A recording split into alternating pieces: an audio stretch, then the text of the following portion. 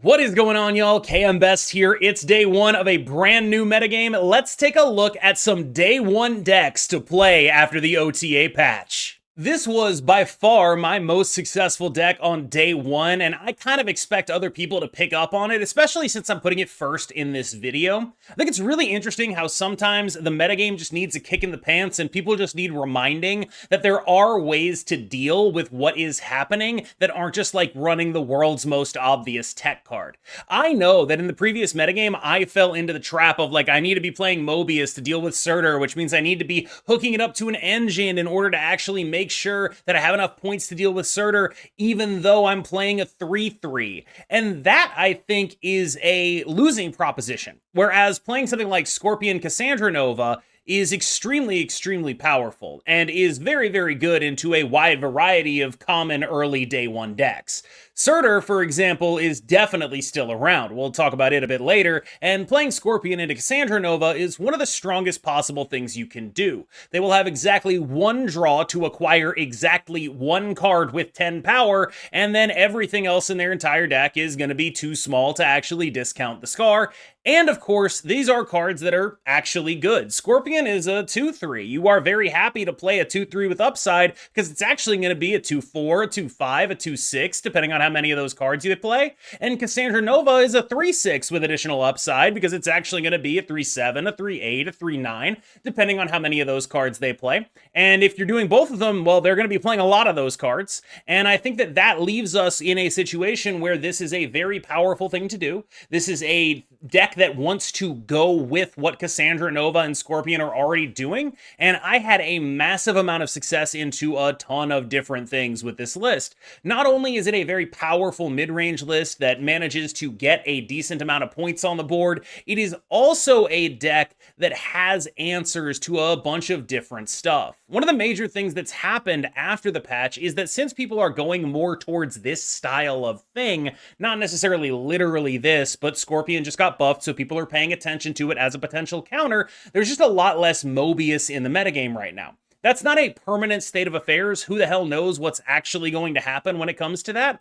But it is the kind of thing that you can take advantage of in small bursts. Mobius is not a great card when everyone has better answers to the things that people are trying to answer with Mobius. That means that there's more room for Iron Patriot decks to exist because there's less Mobius. It means that there's more room for a deck like this that relies on Anti-Venom to exist because there's less Mobius. And you're going to hear a little bit about the ways in which this metagame impact ripples out as we talk about some of the other decks here. But for now, this deck felt amazing, as good as it's felt in a very long time. The other major Scorpion cast list that you're going to get people playing is this one, which is using high Evo Abomination in order to have massive power output alongside Miles Morales, so you get to do a lot of turn 6 Ajax plus something that costs 1 and is big, which is good because this deck sort of prices you into playing Hazmats early in order to make sure that you can discount your Abomination enough that it actually matters. So Hazmat on 5 is much more common.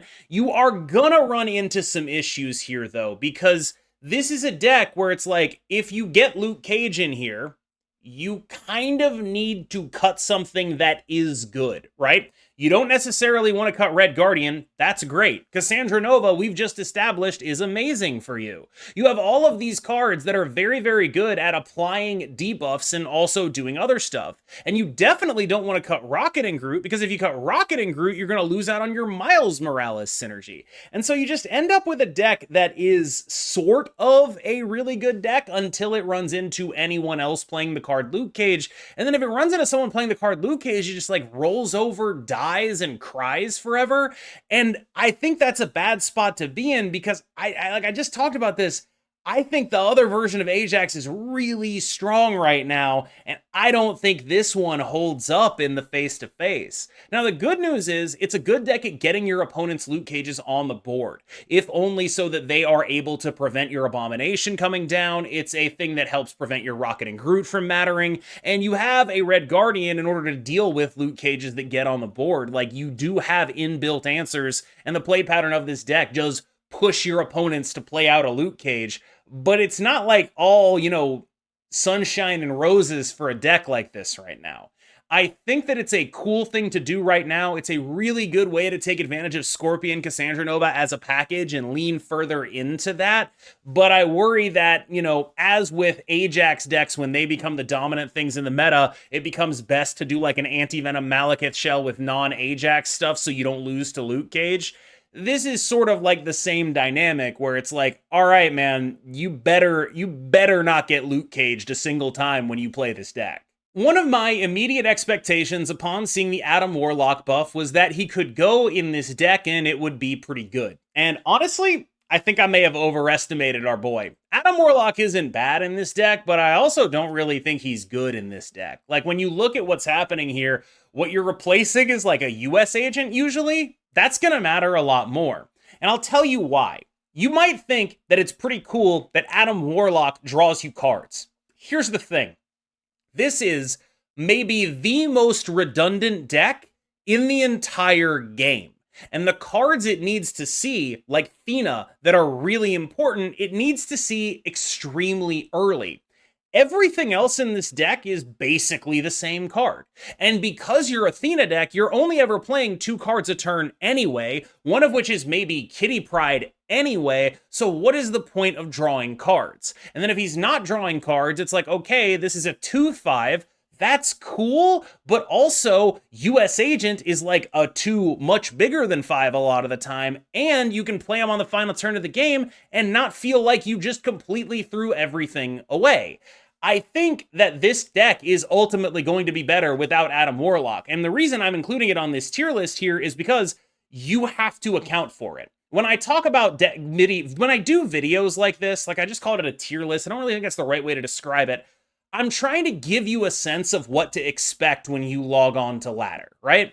I want you to understand that this is a thing that people are doing, but I also want you to understand that I genuinely don't think it's the right decision for this deck. It is my strong supposition that Adam Warlock is not the move in this list, and that this is a deck that would be better with a different card instead of Adam Warlock, because it is not able to utilize the extra cards you draw very well, and because Adam Warlock is simply lower power than a replacement like US Agent, and power is incredibly important for you. My friend Butt was playing a Thor's deck in High Infinite. This is a genuinely interesting and solid list that does a lot of unique, fun things right now. It has a lot of interesting ways to go tall, interesting ways to make a bunch of power. There's an inclusion of Misery here that I really enjoy, because Misery is able to do multiple answers and also threats. So for example, you could go for Misery your Hood in order to get more demons, or you could be Miserying on the final turn of the game in order to buff your Thors more. The interesting thing about this list, though, is that it doesn't even run Jane Foster. It's not even trying to do any of that stuff. It's literally just King Atri or Natural Draw or Bust. And there's a Valkyrie package in here so that after you throw priority, you can make sure that your opponent has basically no power on the board while your Thor and or Bill is growing greatly. It's a really interesting theory here. The other thing that he's got in the deck is a Luke Cage, which obviously does make a ton of sense with Valkyrie, but if I'm being 100% honest, the reason he's running Luke Cage is specifically because of me. I beat him a bunch of times with the Ajax deck, and he was like, oh, I have to cut Red Guardian for Luke Cage. So if you're not seeing the Ajax deck as much, then yeah, play Red Guardian instead. But there is some real synergy with Luke Cage Valkyrie potentially, even though when you actually play the deck, it doesn't happen nearly as much. And of course, there are some really interesting things that can be done with this deck, with this shell of power, because like a lot of decks like this, it has a core of just generically awesome stuff. There are going to be games where you just Iron Patriot speed, Iron Patriot with a demon or a Hydra Bob or whatever, and it's just A1, the greatest thing you've ever done. It's great. And then there are going to be the games where your opponent doesn't know what your range is. They don't know you're playing Misery with your Thors. They don't know any of that stuff. And you get to just totally run them over. And I think that's the core of rogue deck building in Snap, is have a good core and then take something that extends your range and makes it weird, like Misery in here, and then attach that to it. When I ran into KM Worst, he was also in the top 20 with this build of Clog V-Hand, I should say. It reminds me a lot of the Honifer build. It might actually be the exact same 12 cards, but this is a genuine, like, remember back when this was the build that I liked, but I said stuff like, I don't know if this is the build of the moment, but it might be the build of the future? That's sort of how I feel. The future might be now, like pending a couple of things. Because one of the things that Clog is really, really damn bad at doing is beating Mill. Mill has had like 2 weeks of being bad, but if Mobius is going out of the metagame, it suddenly becomes a much better deck. So the future of this deck is going to be very dependent on how much people are picking up Mill. Mill was previously getting mostly completely hammered, where it was this Iron Patriot, the best Iron Patriot deck. It was the best at making its Iron Patriots get discounted. It went over the top of other Iron Patriot decks with death. It had built-in tech cards like Shang-Chi and Killmonger, which are phenomenally good to have in an early metagame where people aren't really sure what's good yet and are defaulting to stuff like Scar. That is a really good thing to be doing right now, I think, and we'll talk about that deck, of course, a bit later. The more people play that deck, the worse this deck gets. The small Clog package is total ass against a Mill deck. It is just a very, very hard spot for this deck to be in. But if nobody is playing Mill where you're at, it is finally time for this deck to show up, basically. It's a very, very, very good deck at beating stuff like the Ajax deck. Like, this is an anti-mid-range deck because of the Clog stuff. It just has so much value into other mid-range decks while still maintaining the engine that lets it be a powerful power output machine. If people aren't playing Mill, this deck could really take off. So let's talk a little bit about Mill. I honestly really enjoy playing this deck, but there is a time and a place for this, right? And we just left a point at which I think for the last 2 weeks, Mill has been a pretty subpar choice. Still a meta deck in the sense that it's around and people play it and they know what it is and, you know, you can expect to see it, but probably not one of the best ones. Like, there are definitely going to be things ahead of it on the tier list, and a lot of that is because of the more widespread adoption of Mobius and Mobius. A lot of that is because of the numbers that Surtur and Scar were able to output, the fact that they were playing cards like Armor and Cosmo that can be so devastating to a Mill deck. Just generally, a lot of stuff was going against the Mill deck until today, because a lot of people that were doing Mobius stuff are now trying Scorpion and Cassandra Nova to counter their Scars. And a lot of people that were doing Scar stuff just saw their Scars get nerfed, and now they're doing other stuff too. And that means that there is drastically less Mobius in this metagame. I think I might have seen one, and like that's kind of it. And that puts Mill back in the driver's seat, because we call this a Mill deck. But what it's really doing is being a deck that is elite at activating Iron Patriot. It has the best 3-drops in the game. It is elite at crushing Clog decks, which people have been playing for some reason. And it is elite at going over the top of other mid-range decks with Death and its tech cards. And that is just really valuable right now. If we go back into an Iron Patriot mid-range metagame, I would expect Mill to be a really major part of that. That is the real thing that has happened that has pushed Mill away. Because I think Mill had established itself as like, this is a great deck when everyone is playing Iron Patriot and cares deeply about Iron Patriot.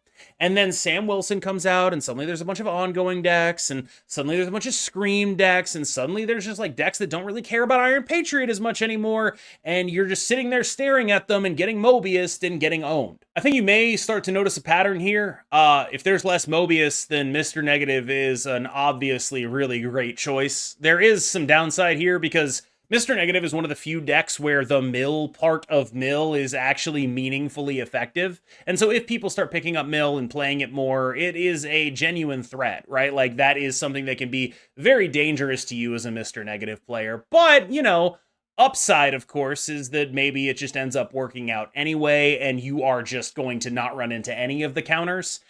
The fact that Mobius existed in even like 10 to 15% of decks over the last week is really problematic for Mr. Negative. which is so predicated on being able to snap guaranteed, knowing that it is correct to snap. If people are playing a card like Mobius that makes your correct snaps into incorrect snaps, you are suddenly losing massive equity, because the premise of Mr. Negative is that you have a low win rate, but you know when to snap, and your snaps get paid off. And that is even a small change in the amount that your snaps are getting paid off, or the amount that you're losing those games that you're snapping in, can sort of devastate the cube rate of this deck and the sort of expected value of playing it. And with less people playing Mobius, you have a lot less of that to worry about. But it is sort of a little bit of a warning, I think, where this deck being playable is more or less dependent on what other people are doing rather than what it is doing. There's just no way this deck is bad right now. I just can't really figure out a world where it is. I'm not exactly sure what to do with the Mobius slot. Maybe it's supposed to be Ares. Maybe it's supposed to be Lady Deathstrike. Maybe it's supposed to be Red Guardian again. I don't really know. You could try an Adam Warlock or something. Maybe. Like, there's just sort of like that slot's the one I'm really not sure of. Enchantress in this metagame, though, I think I am comfortable with, where this is day one of a new metagame. If I'm playing Arashim, I just want to have answers to whatever. I just want to have all my answers in my deck, and it's going to be fine, and you're not really going to care, and everything's going to be phenomenal, right? Like, you are just going to have a bunch of answers, and then when you draw them, you 8-cube them, stuff like that. As long as people aren't playing around whatever tech you're running, I think it's basically fine to run whatever tech you want. Like, if you want to play, if people are playing a bunch of Cassandra Nova, you want to get Shadow King back in here. That's totally viable. But I do think that it's worth talking about what Arashim did lose, and I don't think it necessarily lost anything directly. Doom 2099 is still great. Like, yeah, you get 3 less points over the course of the game. Sure, whatever, sure. But, and this is pretty important, the fact that more people are playing Ajax is really bad for you. Because Doombot 2099 losing that point of power makes it so much worse against Hazmat US Agent that you are in massive trouble when that happens. And people are now playing a lot of Cassandra Nova to pair with their Scorpions so that they can free roll Scar matchups some of the time. Cassandra Nova obviously dumpsters you. And so this deck, I think, actually got meaningfully less well-positioned. This is a deck that actually took some real hits because a really bad matchup entered the metagame. That Ajax deck is phenomenally good at beating Arashim. There are a lot of ways for it to happen, and a lot of different things that it can put together that make the Arashim player deeply upset, sad, and scared. I've gotten a few comments recently that were sort of aimed at me saying, hey Cam, don't you think this card deserved a nerf? And like, bluntly, I don't think it did. I think that people look at discard and they sort of misunderstand what it is. And I think a lot of that is because the high rolls of this deck can feel so incredible, overwhelmingly powerful.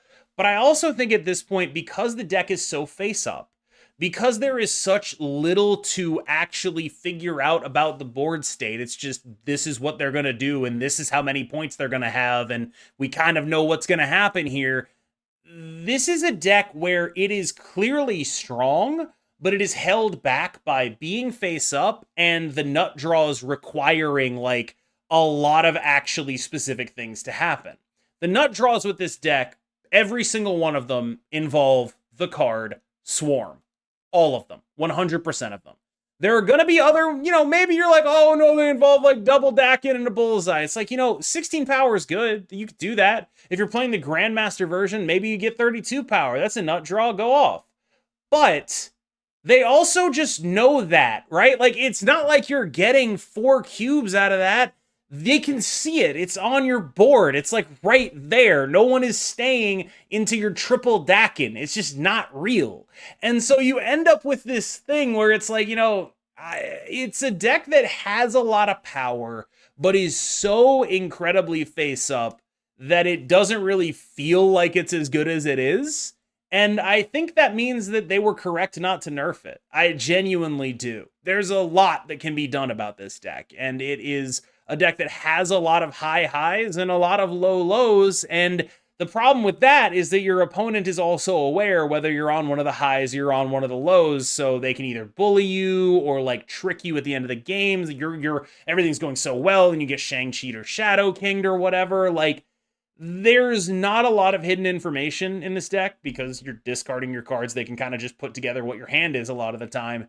And that means that this deck genuinely does have not necessarily problems the higher up you get in the ladder, but it does end up being a bit of a less attractive option because of how face up it is. So it's possible that I'm underestimating it for like the general population, but I don't think I am. I think this deck is genuinely fine to exist, and there isn't a real reason to nerf it just yet. All right, y'all. Thank you so much for watching this video. Let me know what you thought of these decks in the comments. I still read them all. I have been KM Best. You have been phenomenal, and I will see you in the next one.